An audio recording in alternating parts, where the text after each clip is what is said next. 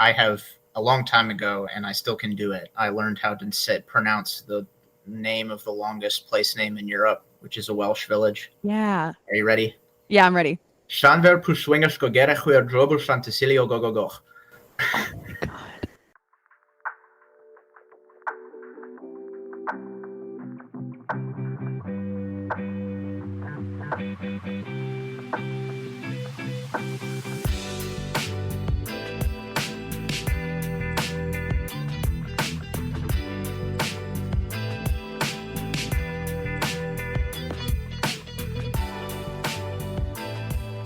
Hello, friends. Welcome to Lead to Gold. This is the podcast devoted to discussing all things growth and wellness. And today's episode is going to be very fun, very unique, I think, very different from probably anything that I've talked about on the show before. And I'm very excited to bring it to you. I have my first guest since January, so it's been quite a while, but I'm really stoked about this. John came to me a couple months ago with this idea for talking about the T.H.I.N.K. acronym. And maybe you've heard of it, maybe you haven't. We're going to get into all the details of it, but it was something that was introduced to me in a very, very different way than we discuss it in this episode today. So I found this to be so much bigger than I initially thought it was. So much more important than I initially thought it was. And there are so many great examples and so many really, really cool tidbits from this episode. So it gets a little silly at times. We're talking about all sorts of random ass stuff, but the core message is one of bettering communication and generally just thinking about, quite literally, thinking about how we can sort of ease our interactions with others and how we can put the other first, put the other before ourselves in communication, which is ultimately, I think, kind of the goal. But maybe a lot of us don't really think about it that way. So I don't know. It's a really interesting episode. I hope you love it. And just before we get into it, I'll do my usual little spiel. Lead to Gold is also a blog. So if you have listened before, maybe this is your first time, but you find yourself enjoying this one and you want a little bit more, I post a new blog post on leadtogold.com every other Monday. So this episode will be out this Monday. You'll see a blog post next Monday, and then you get a new podcast episode the following Monday. So there's something coming from me every Monday. Mostly. I've been a little busy, so the blog was a little late this week, but generally every Monday. And if you're liking that, it'd be awesome if you want to subscribe. I send a monthly newsletter with an exclusive Spotify playlist and just some other little musings that you wouldn't get unless you were subscribed. If that interests you, you can do that. Rate, review the show. If you've been listening and you like it and you haven't yet, it is such a huge help for growing the community. And that's a goal of mine. So, if you want to do that, thank you so much. And the last thing I will say is I also have some merch at TeePublic. All the links are in the show notes if you are interested. But thank you so much just for being here. I love you so much. And I'm really stoked to hear your thoughts on this one. So let's just get straight into it. I'll see you on the other side.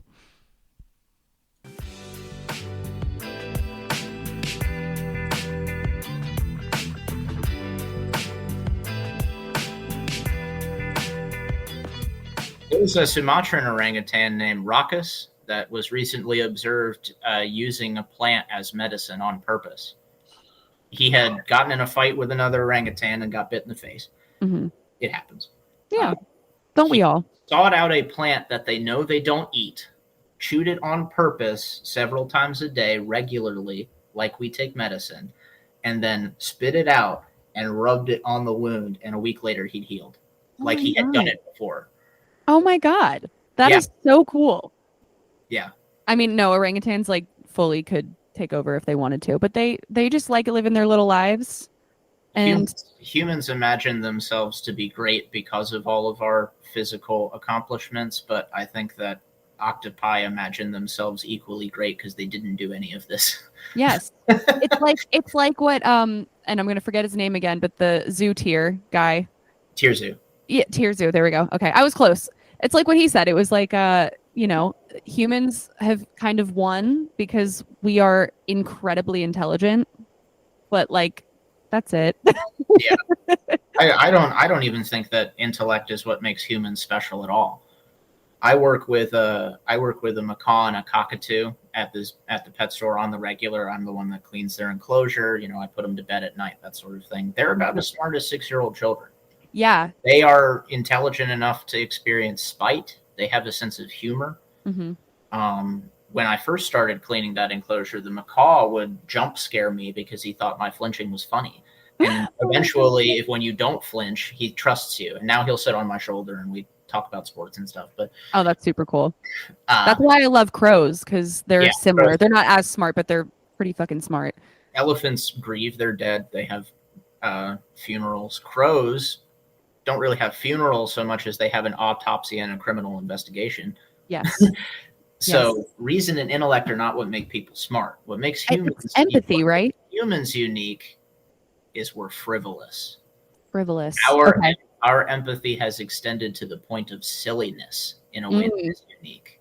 So is Socrates what we should value, or mall photo booth pictures? Like is Das Kapital the most important work we've created, or is it Go the Fuck to Sleep, voiced by Samuel L. Jackson? So good. Well, hey. Hello. Super excited. I'm excited to get your perspective on this, because I feel like when we first were starting to talk about this in DMs, I was like, okay, I have heard of the T.H.I.N.K. acronym, but in a very different way than I think you describe it. So we'll get into all of that, but I'll just start off by giving you a little intro. Tell me what you want people to know about you. My name is John. I am a pet store employee, musician, writer, tie-dye clothing creator, and impish little miscreant. Describe impish. I love that. Impish is like a ghoul could seriously injure you, but like an imp is just gonna like sew your clothes a little bit tighter in the night to mess with you. Okay, mess your day up a little bit. I think you're gaining weight. Like good trouble. Good trouble. I love it. Like a horsefly. Like a lady tried to use my barcode scanner to scan her credit card, and I just let her go for a minute or two until like she was trying to like plug in the chip into it and everything, and I was like, we're just gonna let this continue. Let's see how it goes. Let's just see how this works out for you. You gotta let them like come to the realization of like, oh wait. Yeah. Did she eventually come to the realization? Yes. Okay. And then, normal interaction, no problem. Another example would be somebody tried to tell me that the moon landing didn't happen, and I said, this lady believes in the moon. Something I always like to start off with, just to kind of like lead into our main point for today, is I'm very curious, because I feel like we must have met in like 2017-ish. Yes. Somewhere in there. So I've known you for a couple of years, but I'm curious what life was like for you. I don't know, like pre-college, roughly 10 years ago. Like, where were you? What were your relationships like? Like, how was life? 10 years ago, I graduated high school. Okay. So I had just gotten into JMU on scholarship. I had just started to teach myself instruments, so I hadn't really. I'm a percussionist. I was in band in high school and in marching band, and but I was really branching out more and more, taking into consideration the limits of the comfort zone, seeing how good my autism-addled faculties were able to cope with those boundaries, that sort of thing. And then from the time I was 18 till the time I was 25, I made almost exclusively bad decisions, but we're We're out. We're here. We're still here. Um, having been addicted to basically everything that you can't snort, inject, or get a prescription for, we're on the other side. And once you see the Virgin Mary and the baby Jesus on DMT, you don't need to speed up to the precipice and slam on the brakes anymore. It's Yeah, a good change overall, I would think. yes, it was right for me to do that, but basically 1% of humans need that kick in the psyche. Mhm. If I had offered any of those things to my dad, he would just have a breakdown. Right, right. So it's like maybe served for a time, but And of course in not that for too long. yeah, and of course in that time I developed my perspective on how personal wellness depends upon social wellness, which is Mhm. why the Think acronym is so important. So everybody knows Maslow's hierarchy of needs, the sense that you're not going to be able to care about um, things higher up if you haven't got the basics at the bottom. Animals that are starving don't play. uh, Right. animals that don't have family, that don't feel safe, are not going to bother to invest in themselves. But what most people don't know is that Maslow's hierarchy is an uncredited Western adaptation of a Blackfoot indigenous concept. They had a Oh. metaphorical concept of the teepee, which of course they lived in, so it was apt. Mm-hmm. Self-actualization is the second tier from the top in the teepee. The top tier is social actualization. The Oh. development of the community is more important than the individual, because Homo sapiens aren't venomous. We don't have claws. We're not particularly large in comparison to other animals. So we only succeeded as organisms because we work together. So Mm-hmm. ideologies that encourage individualism are an existential threat. Right. That Which makes a lot of sense. you go back to, you say, like, I can do all the personal wellness I can. I can do the Reiki crystal therapy, and I can, like, pretend that the stars have power over my personality and those sorts of things. But at the end of the day, it's like you and me and other hairless apes just trying to figure it out. And we're going to do that better if our personal development is going to improve if we have that social development as well. So that's why Think is so important, because it helps you prioritize and understand the language coming from you, going to somebody else, and being aware of how the passage between your mouth and their ears is a process, Mm-hmm. like a factory. Right, right. Well, I think we should just go right into that. So, like we talked about at the very beginning, like I had heard of Think before, but I'll give my little backstory. I used to be a substitute teacher, and there was a sign on the wall at the school that I worked at that was like, when you're posting on social media, think. Yeah. And that was my explanation of it. But when you introduced sort of your way of thinking of it, haha, no pun intended, um, I was kind of blown away. I didn't realize. That's my favorite turn of phrase, because it always is. Right, right. Yeah. Or like when people say "if you will," like you didn't need my permission. I was already going to do it, man. So, I mean, I would love to hear from your side of it. Like, if you want to walk us through what the Think acronym is, like what it stands for and what it means to you. Think, T.H.I.N.K., are qualities of what you're saying to consider before you say it. So the first is it true? Is it, factual, correct information? H is it helpful? Is it going to serve a better purpose if said than not said?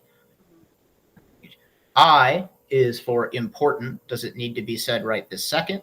Or at least within the context of the given conversation. N is it necessary? Do you need that information this way?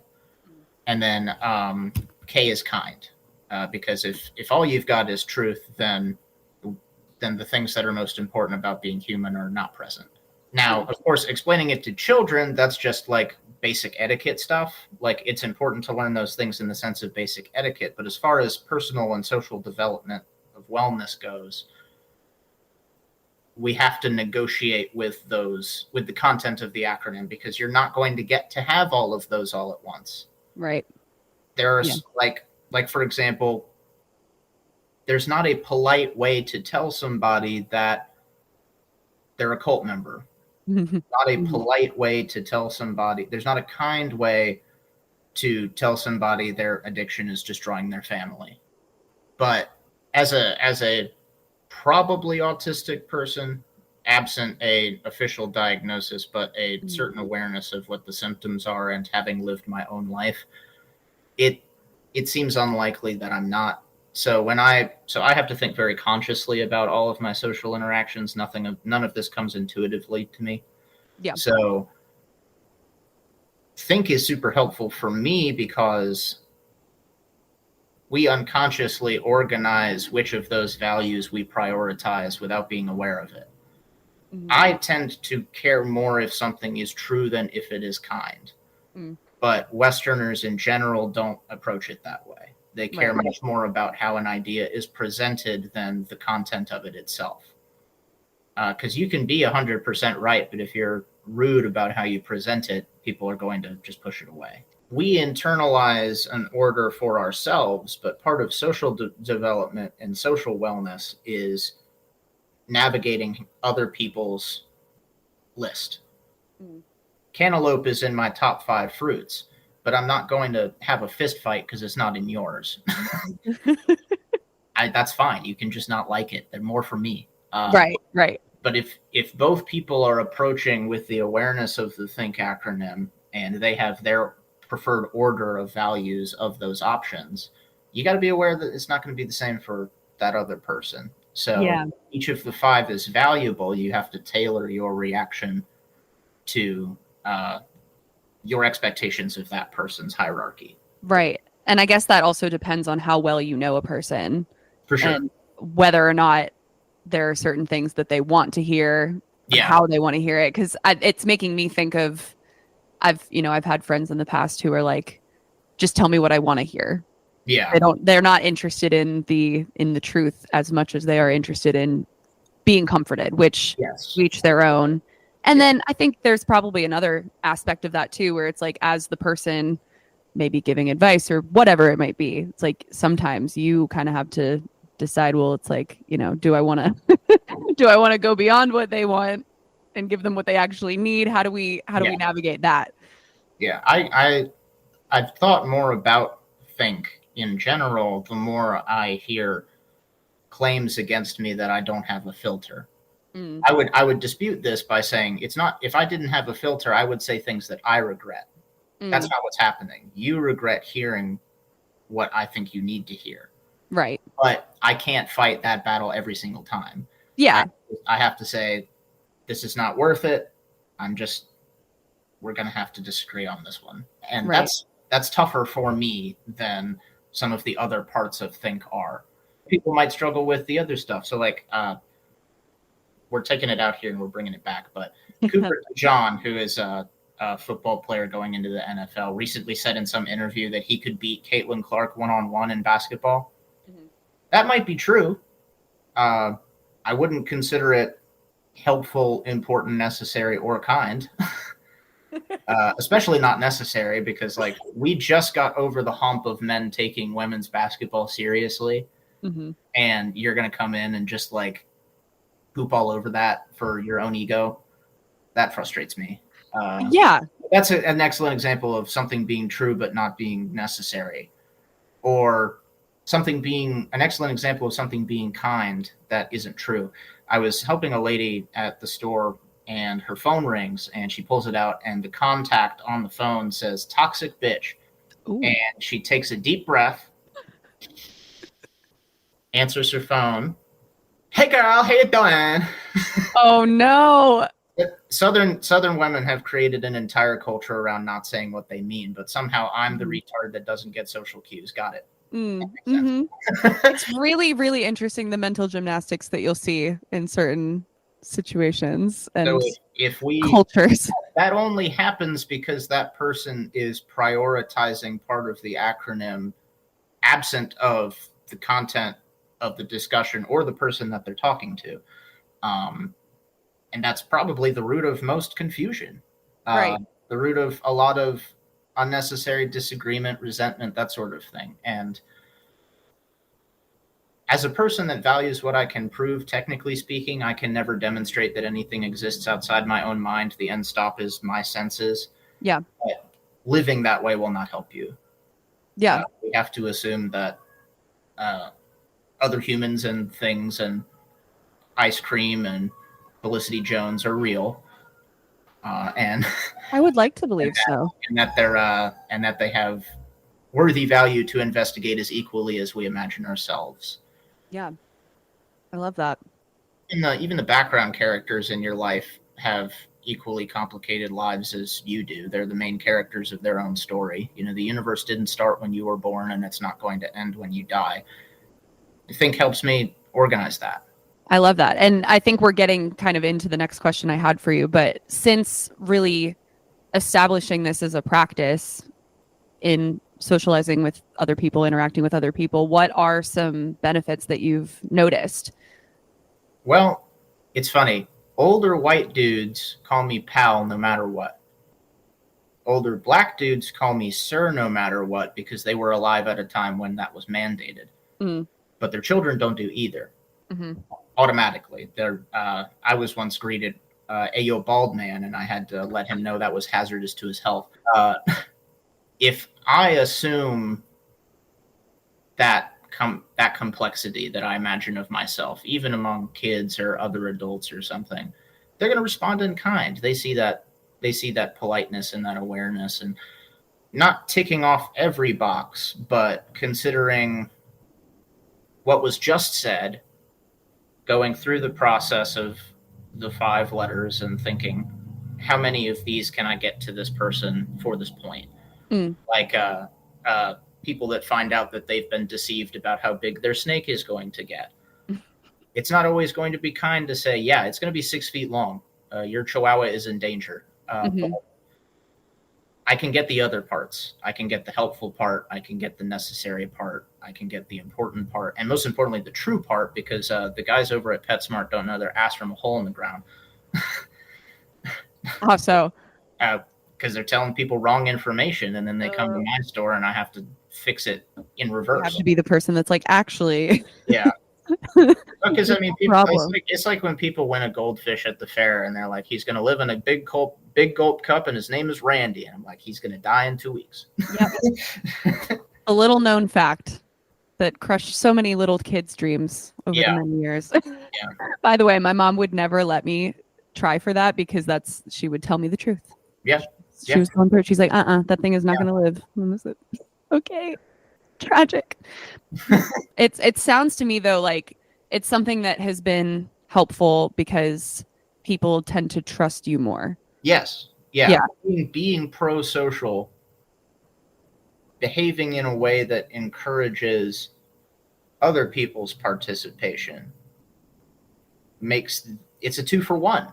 They feel better, you feel better. Buy one, get one free. And it's making me think of what you had said earlier about the Blackfoot version of Maslow's hierarchy of needs, which I, by the way, find super fascinating. Like I did not know that until you just said that. Yeah. But the super top tier being community actualization. If people more often practiced kind of like thinking through, quite literally thinking through their interactions with others, do you think we would be closer to achieving that? And why is that important? There will always, unfortunately, be sociopaths, the intellectually disabled, people that can't participate as much in that process. But to refer to anthropology, there's a cave in the country Georgia called Shanidar, and in that cave they have found the remains of Neanderthals who are more or less equivalent to us. I know that I, as a descended from Europeans, have at least 2% Neanderthal genes. In that cave, one of those Neanderthal remains was of a 50 to 60-year-old man who had sustained a wound to the side of his head that would have blinded him in his right eye. His left arm had been amputated at the elbow on account of some sort of injury, and he had arthritis in basically all of his joints. But he lived the average life expectancy for an otherwise healthy Neanderthal at the time, which means that he had to have been cared for. He wouldn't have been able to hunt for himself. If we internalize think, if all of us internalized think, we would approach our relationships with those that can't care for themselves way more empathetically and way more like we did before industrialization and the development of civilizations that prioritize the individual, which, not to get too Ted Kaczynski, but the consequences have been disastrous for mankind. Oh, yeah. Since we forgot that we're in it together. Yeah. And I find it interesting, just bringing it back to the original place where I saw this acronym being for about posting on social media, quite literally. And it's making me think of how that in and of itself has created a culture so falsely connected. Like you feel very connected, but you're so not. You're not connected to people. You're connected to the image that a person creates of themselves. And since we're inside capitalism, that means that that's a product as much as it's a piece of art. Right. The way that I construct an avatar online is art for me, but it is a product to everybody perceiving it. Yeah. Which is why I can never do so good on Tinder. It's like I'm not comfortable making meat of myself. Yeah. I have flesh, but that's not what we're selling. No, I tried Bumble BFF for a couple days, quite literally. I was like, this is just not working. This is not it. Because part of making friends is authenticity. And I just feel like there's no actual way to achieve authenticity through an app. Yeah. And it sucks. It's weird. But I think just while I'm on that line of thinking, at least having that acronym for, I would say, younger kids, because I saw this poster in a school, it's a nice way to kind of remind them of basic etiquette, as you were saying, in a platform that's relatively new for, I would say, older people. Like it's not as familiar to us. However, what I think this conversation and our initial conversation about this has done for me is blown it up so much that I'm now seeing just how important this is and how huge this is societally. Most ideologies, tacitly or otherwise, are prioritizing some part of the think acronym over others. Right. Utilitarianism is an attempt to avoid an ethical conversation altogether by singling out the T. Mm-hmm. I think pacifism is at least partly rooted in an attempt to single out K, that sort of thing. Different ideologies organizing different things at different times, but knowing that there is no number one in think. Yeah. You're not going to get all of them at once, for sure. Very few statements get to be true, helpful, important, necessary, and kind. I have an existential question for you. Okay. How do we define truth? Truth is what we have reason to believe, whether those reasons are rational or irrational. Okay. To my mind, if something cannot be settled by an experiment, it is not really up for debate because it exists beyond fact. And what we can prove to me is the best way to organize a civilization, because it's or any relationship, even on an interpersonal level, because we can all use the same tools to refer back to things we can prove, but we don't all have the same mechanisms for approaching truth. True is the way the acronym is written, it kind of equivocates on the value of true. It means more, it's more like correct. Yeah. But that's not how the word think is spelled. Fair enough. But when Martin Luther King Jr. said that the moral arc of the universe bends towards justice, there is no data he could collect to support that. Yeah. Even citing earlier history wouldn't be enough because we only have one sample size of the planet Earth. Mm-hmm. But it was true. Maybe he made it true. Maybe we have to work to make it true. Maybe it's just a quality of culture that eventually that happens. it's beyond the realm of what we can demonstrate. Yeah.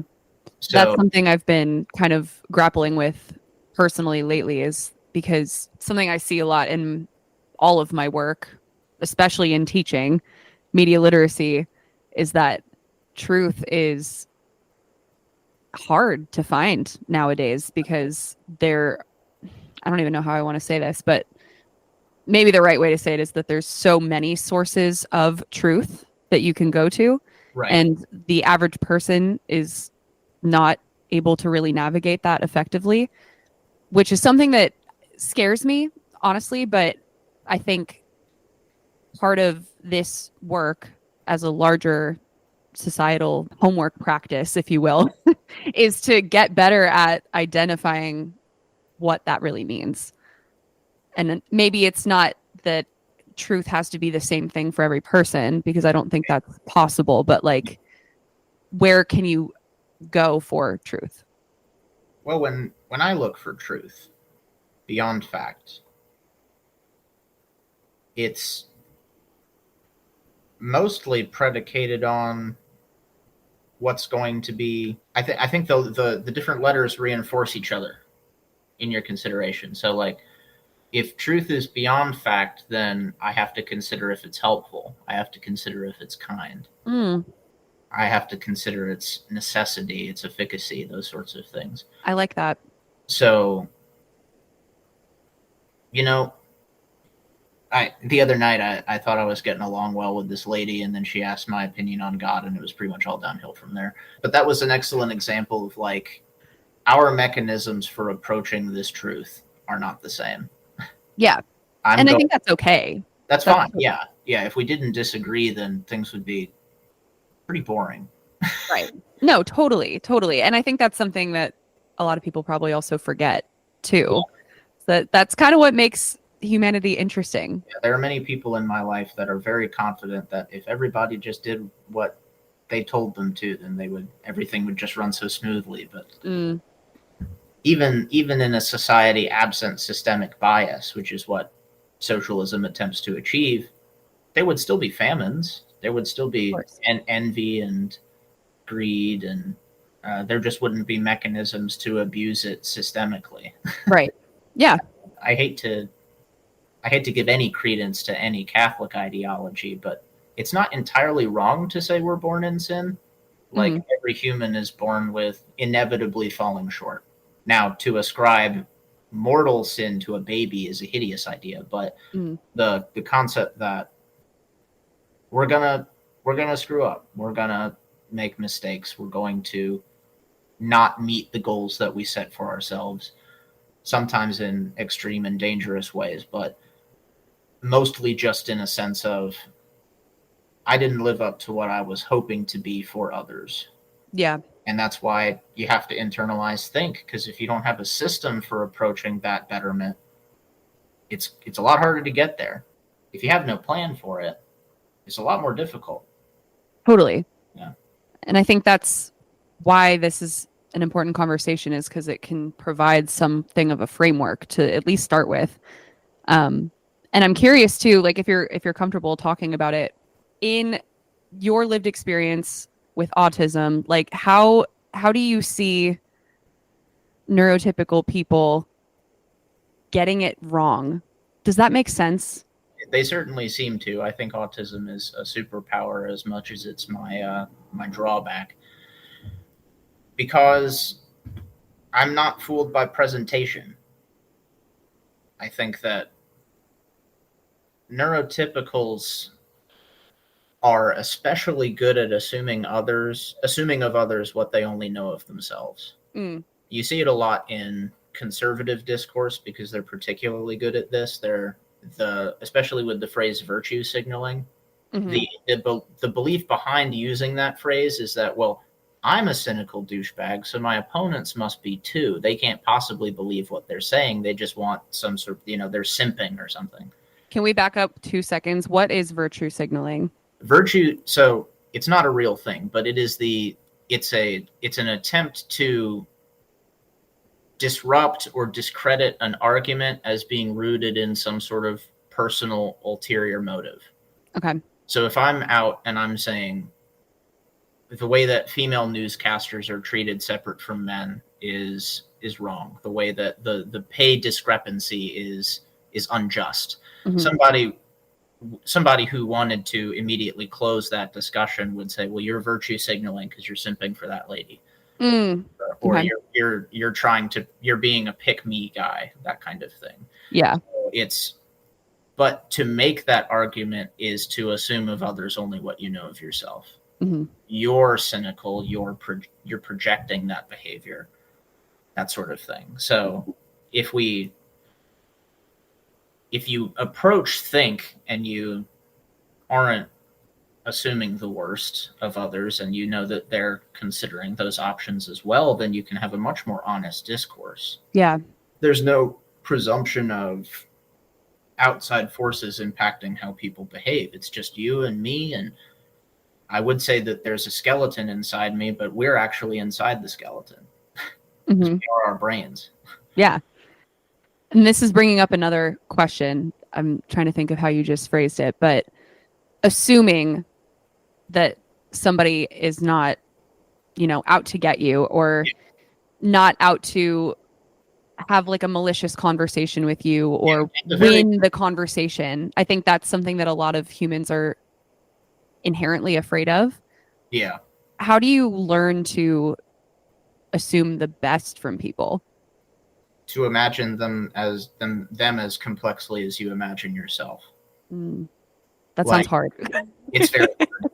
It takes work.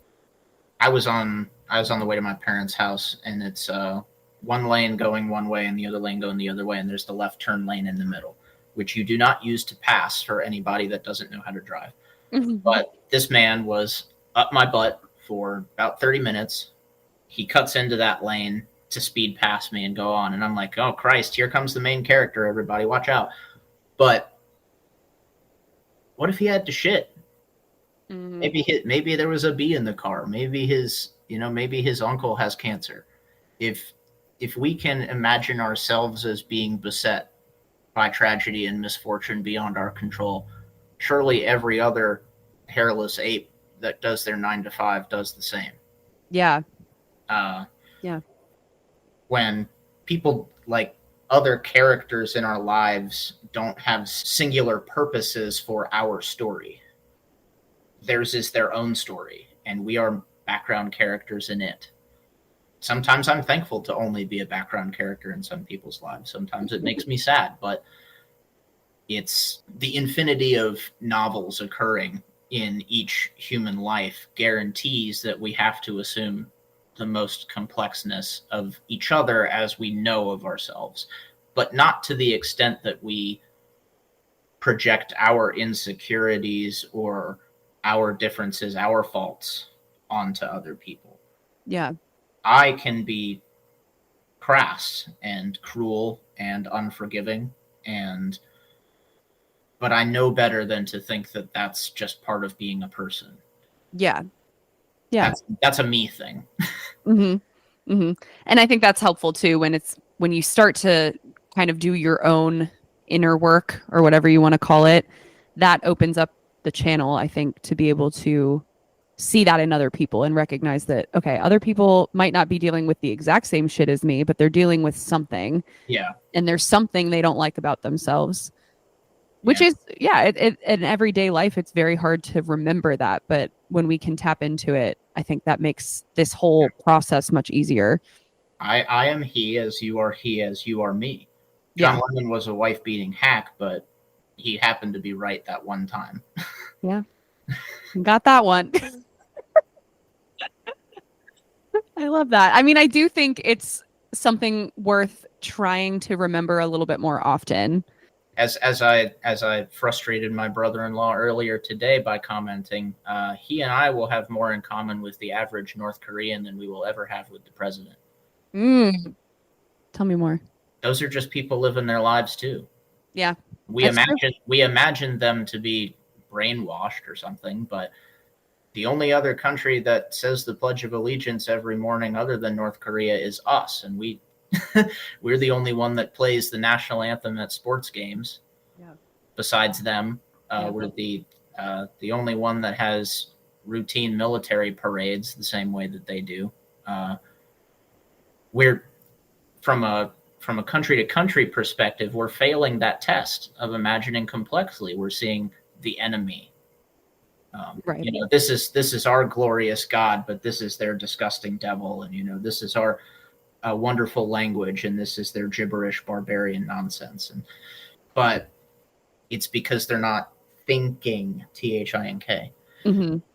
And part of this conversation too, I think it's interesting because obviously, like I teach high schoolers, they're forming their own political opinions pretty well by now, but part of doing rhetorical analysis well is keeping your own opinion out of it. Like you're really just there to like, okay, he used repetition, he used a patriotic tone. What did that do? Like, why was that impactful? That's it. So that anybody that gets in there about like, well, Bush did 9/11, I'm like, and no. think can aid you in that process of impartiality if Yes. you're cognizant of their attempt to be any of those letters, whether they succeed or not. You can set aside the me and think of the we. Yes. Think of like the big picture. So actually, I like the way you just brought that up. So how can we use the think acronym in more of a complex line of thinking than just here's what you do when you post on social media, but more so like when you are thinking approaching media in general, how do you use think to help you with that? Well, the first thing is to take the whole body of work of the analysis and piece apart which of those they're prioritizing. Mm. If their goal is more H than it is N, or more K than it is T, that's going to help you understand the construction of that argument better. Yeah, and like the So, purpose. so Christopher Hitchens and Stephen Fry teamed up. This had to have been 10 years ago now, to debate the overall effect that the Catholic Church has had on the earth. As you can imagine, they were pretty scathing in their assessment. Yeah. But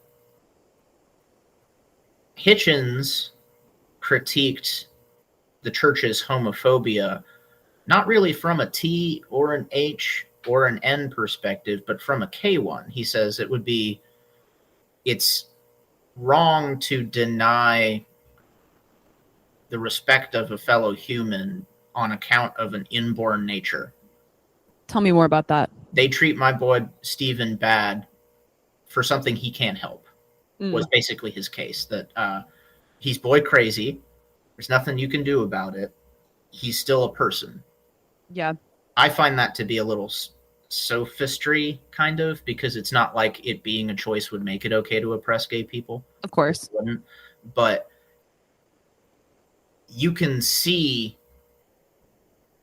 by piecing out what's being prioritized from think how that argument is approached, and then you can think about it strongly and consider it for yourself, considering your priorities. I wanted to kind of just bring this back a little bit to you, and I'm curious, like, just in terms of something that you have applied for a while and seems to have had a lot of benefit to you. What is now something that you are working on in terms of like communicating, like fostering community? What's your thing that you're working on right now? Or Mostly thinking through? it has been the H. Okay. Is it helpful? Is it helpful? Plenty of things can be true, and it can certainly feel good to tell somebody something is true, but most of the time, as much as it pains me to admit, it is too much to ask that people get what they deserve. Okay. Tell me more about that. My manager is 58 years old, and she is convinced she is elderly. It would be true to say, well, if your daughter hadn't gotten pregnant in middle school, you probably wouldn't feel so old. Mm-hmm. It would be true to say none of your physical ailments are signs of aging, you're just unhealthy. Mm-hmm. That would be true. but going scorched earth is not helpful. Right. Right. Term. We can get gratification from some parts of think at the expense of others. And I think about black holes. The brightest thing in the universe is a quasar, or the accretion disk of a black hole. When a black hole is big enough, of course, it can just swallow a star whole and it doesn't produce any more light. But smaller black holes have to tear them apart. And the subsequent light that circles around the black hole is the brightest thing in the universe. The darkest thing, that which light cannot escape, simultaneously creates the brightest thing in the universe. Life is about balance. I love that. We have to imagine that each of the parts of think cannot compromise the other parts. You're not going to get all of them, but you can't pursue one letter at the expense of the others. It's not as pro-social as the best of us can be. Yeah, team effort. I like that. And the infinity of human personality will guarantee that somebody's prioritizing another letter will cover for your absence of it. I'm definitely not great at being kind most of the time. The other night, a man asked me, "Are you gay or just incredibly awkward?" Which is the most deranged thing anybody has ever said. Well, as far as I know, I'm 0% gay and exactly the correct amount of awkward. Now, I could have said, "I'm going to fold you like a lawn chair and wear your skin like an Aztec priest," but that would not be helpful. It would not be kind. Certainly not kind. And it's not, and it wouldn't be like we can't pursue one letter over another. Yeah. To the expense of the other. We may have a priority list going on in our heads as individuals, but it's not all or one.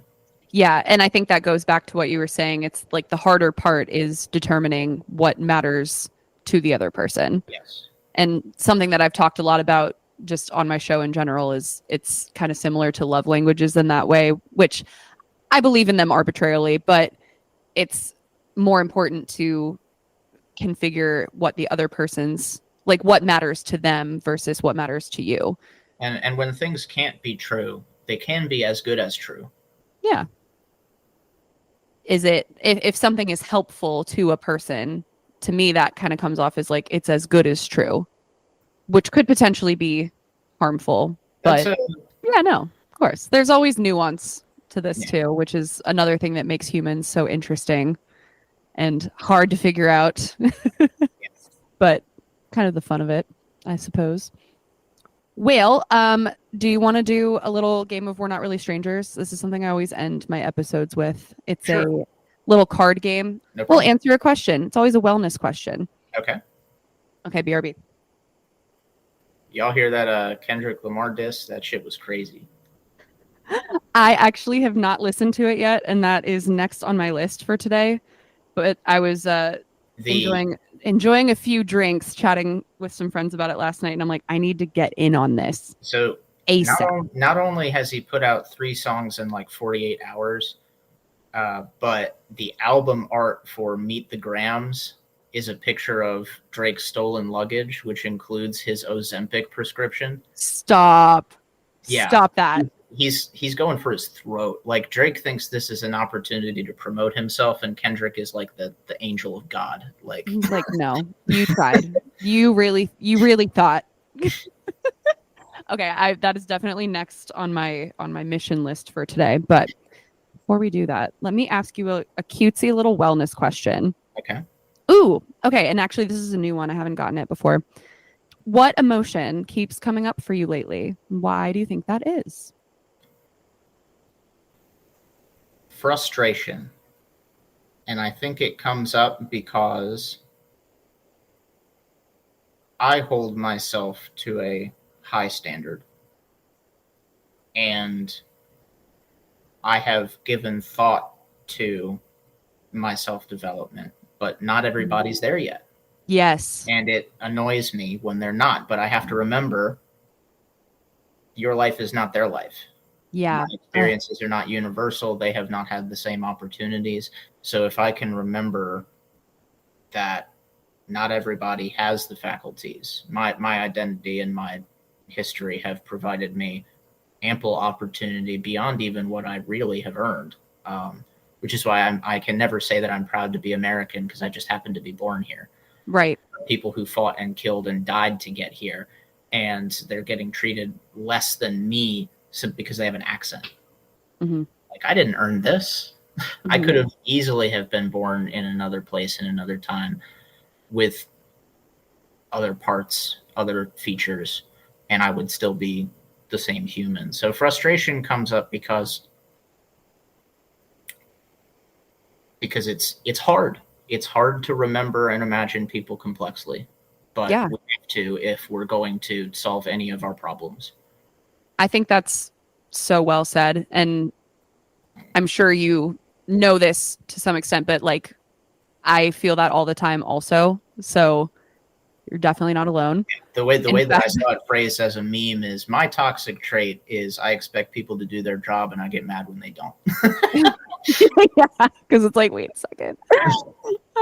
No, I'm right there with you. I mean, it is frustrating because I feel like each individual sees something that they want to change for the better, and other people may or may not see that and may or may not be going about it in the same way, but it's a very non-linear process to betterment. But the struggle is what makes us alive. Yes. When human beings go into orbit around planet Earth, they experience zero G, not zero gravity, but they don't have apparent weight. Mhm. And without those normal stresses, the body does some really weird things. First of all, pretty much every astronaut comes back to Earth 2 inches taller, Yeah. because the lack of compression on their spine makes them bigger. They get puffy faces because there's no gravity to pull your blood to where it's supposed to go, so they end up looking like these. Their legs get super thin and the muscles atrophy. A child born in space and raised in space would look like it had rickets. Yeah. Without proper medical attention. So connecting that quality to the stress of personal interaction, would we be humans if it wasn't hard? Right. Would we even understand anything that we experience and know if there wasn't a challenge to it? Why do people play sports? If I needed to put the ball in the net to live, why would I invite another team to stop me? Yeah. The struggle is what defines it.